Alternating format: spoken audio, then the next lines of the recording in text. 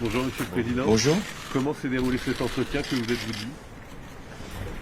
Il y a des moments où la nation doit se retrouver à travers ceux qui l'ont dirigé, et en l'occurrence les présidents de la République. Nous sommes dans une épreuve terrible qui est une guerre en Ukraine et qui justifie que l'on puisse avoir du côté de la France la meilleure réponse. Celle qui à la fois garantit notre sécurité et permet aussi aux valeurs que nous portons d'être défendues et du lien que nous avons avec l'Ukraine. J'ai eu, comme président de la République, à connaître de ce lourd dossier de l'Ukraine au moment des accords de Minsk. Je connais les buts que se sont donnés les dirigeants russes, et notamment Vladimir Poutine. C'est-à-dire faire que l'Ukraine puisse être démantelée et qu'elle puisse être neutralisée au prix d'un désastre pour la population civile et d'un conflit qui restera ouvert pendant de longues années. Donc face à cette menace, face à cet objectif que poursuit Vladimir Poutine, il faut que l'Europe, la France, l'Alliance Atlantique soient à la hauteur. Et d'abord, d'élever le niveau des sanctions. C'est ce que j'ai dit au président Macron. Je considère qu'il faut encore renforcer les sanctions, et notamment les sanctions financières, ce qu'on appelle aussi le système de transactions monétaires, de manière à ce que la Russie, pas sa population, mais en tout cas son économie et ses dirigeants puissent être lourdement frappés par cette réponse. Il nous faut aussi aider l'Ukraine, aider sa population, aider le président qui est dans une situation extrêmement difficile, périlleuse même pour sa propre vie.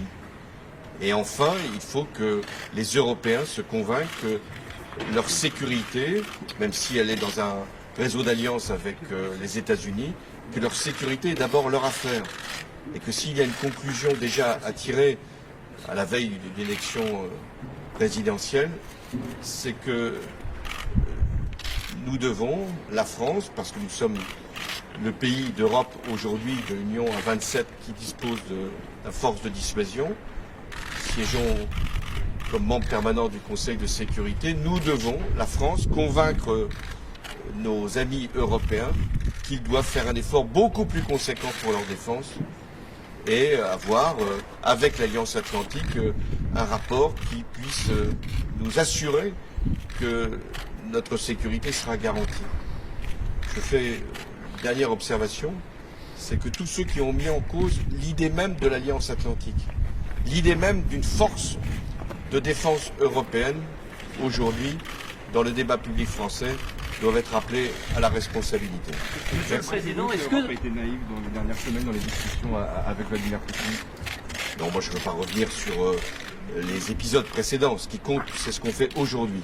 Ce qu'on doit faire aujourd'hui, c'est relever le niveau des sanctions. Ce qui a été dit hier n'est pas suffisant. À la fois sur le système monétaire, sur le système financier, et aussi sur l'approvisionnement en gaz. Oui, ça sera plus coûteux. Et notamment pour nos amis allemands, de ne plus s'approvisionner en gaz russe. Mais comment aller justifier qu'on continue à acheter du gaz russe quand la Russie intervient militairement dans un pays indépendant et crée des souffrances terribles au peuple ukrainien? Voilà, ce que l'Europe doit faire, c'est se faire respecter. Il n'y a pas de diplomatie sans rapport de force. C'est de l'avoir peut-être oublié quelquefois que l'Europe a pu être considérée comme naïve. C'est pour ça que j'insistais sur l'Europe de la défense, sur la nécessité d'avoir des garanties de sécurité et sur l'effort que chaque pays doit consentir, la France le fait, pour assurer la protection de sa population. Monsieur le Président, est-ce que vous ne dites pas que l'expérience de 2014 laisse à penser que toutes ces initiatives sont vaines et que de toute façon Vladimir Poutine sait déjà où il va? Est-ce qu'il n'y a pas une impuissance de la France et de l'Europe? Mais non, en 2014, puisque vous prenez cet exemple, qu'est-ce que nous avons fait lorsqu'il y avait une guerre? Nous avons, par un rapport de force, par un niveau de sanctions, par une mobilisation aussi de l'Europe et d'avoir convenu du format Normandie, nous avons pu obtenir un cessez-le-feu et garantir à l'Ukraine à la fois l'intégrité de son territoire, c'était l'accord de Minsk, et la souveraineté et la démocratie. Nous l'avons réussi en 2014-2015. Nous, je n'étais plus là à ce moment-là, mais ce n'est pas une affaire personnelle. Poutine s'est senti depuis sans doute plusieurs mois en situation d'aller beaucoup plus loin. Pourquoi? Parce qu'il y a ce qui s'est passé en Biélorussie, où il a repris de ce point de vue-là le contrôle. Il y a ce qui s'est passé au Kazakhstan encore récemment. Il y a ce qui se passe aussi en Syrie, en Afrique, partout où il a avancé. Et face à cette prétention, il faut qu'il y ait des coups d'arrêt. Je rappelle que sans doute une décision les plus importantes qui, hélas, n'a pas été prise en août 2013, c'est lorsque Bachar el-Assad a utilisé les armes chimiques, lorsqu'une ligne rouge a été franchie, qu'il n'y ait pas d'intervention conséquente, ce que Vladimir Poutine a forcément interprété. Vous dites à nouveau aujourd'hui, le président Poutine ne comprend que la force, que le rapport de force. Est-ce que vous regrettez, comme vous l'avez dit hier, que le président de la République Emmanuel Macron ait cherché, c'est votre mot, à amadouer le président russe? Non, je pense que tout effort diplomatique est justifié. Et moi, je l'ai beaucoup pratiqué. J'ai passé des jours, des nuits même, avec Vladimir Poutine, en présence de Mme Merkel, du président ukrainien, ou quelquefois seul à seul. Il faut toujours pousser la négociation jusqu'au bout. Mais elle doit se faire sur un rapport de force, sur une fermeté, sur une menace de sanctions à un niveau très élevé, beaucoup plus élevé encore qu'aujourd'hui, et sur une capacité militaire. C'est cette forme d'action-là qui permet à la diplomatie de pouvoir connaître un succès. Monsieur le Président, vous pensez que des sanctions même plus élevées pourraient résoudre cette crise? Certains demandent d'aller plus loin encore dans l'aide à l'Ukraine, dans l'intervention, plus de moyens militaires, des hommes. Non, ça a été dit, l'Ukraine n'est pas membre d'un réseau d'alliance. Donc le président Biden hier a fait cette déclaration. Donc il n'y aura pas d'intervention militaire extérieure autre que celle de la Russie en Ukraine. Mais il y a d'autres moyens de pression. J'ai évoqué un niveau plus élevé de sanctions, j'ai évoqué l'aide que l'on doit apporter, des équipements que l'on doit donner. Faut-il encore en avoir le temps à l'Ukraine? Et puis il y a la pression internationale qui doit faire que Vladimir Poutine sente qu'il a beaucoup plus à perdre qu'à gagner. Tout ça, c'est une affaire de temps. Il faut aller vite, très vite.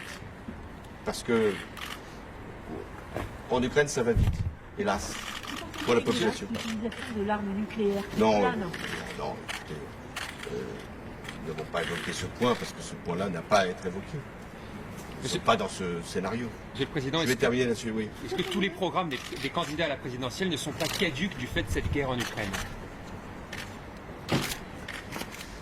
C'est un contexte nouveau qui, sans doute, sort de ces derniers jours.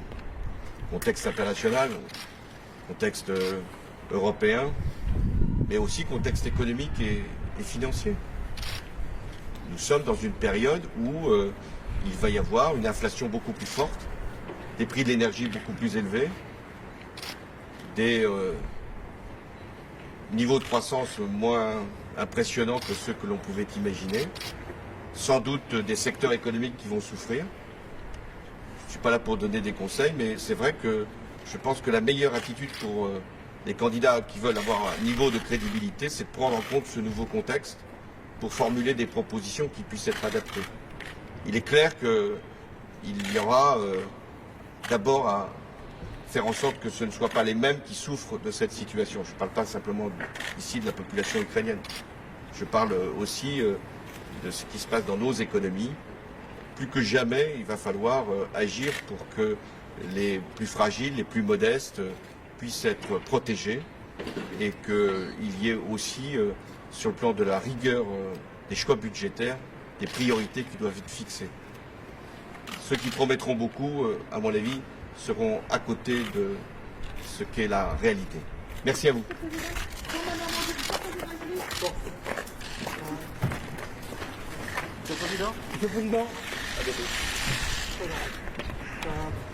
Bravo, Jacques.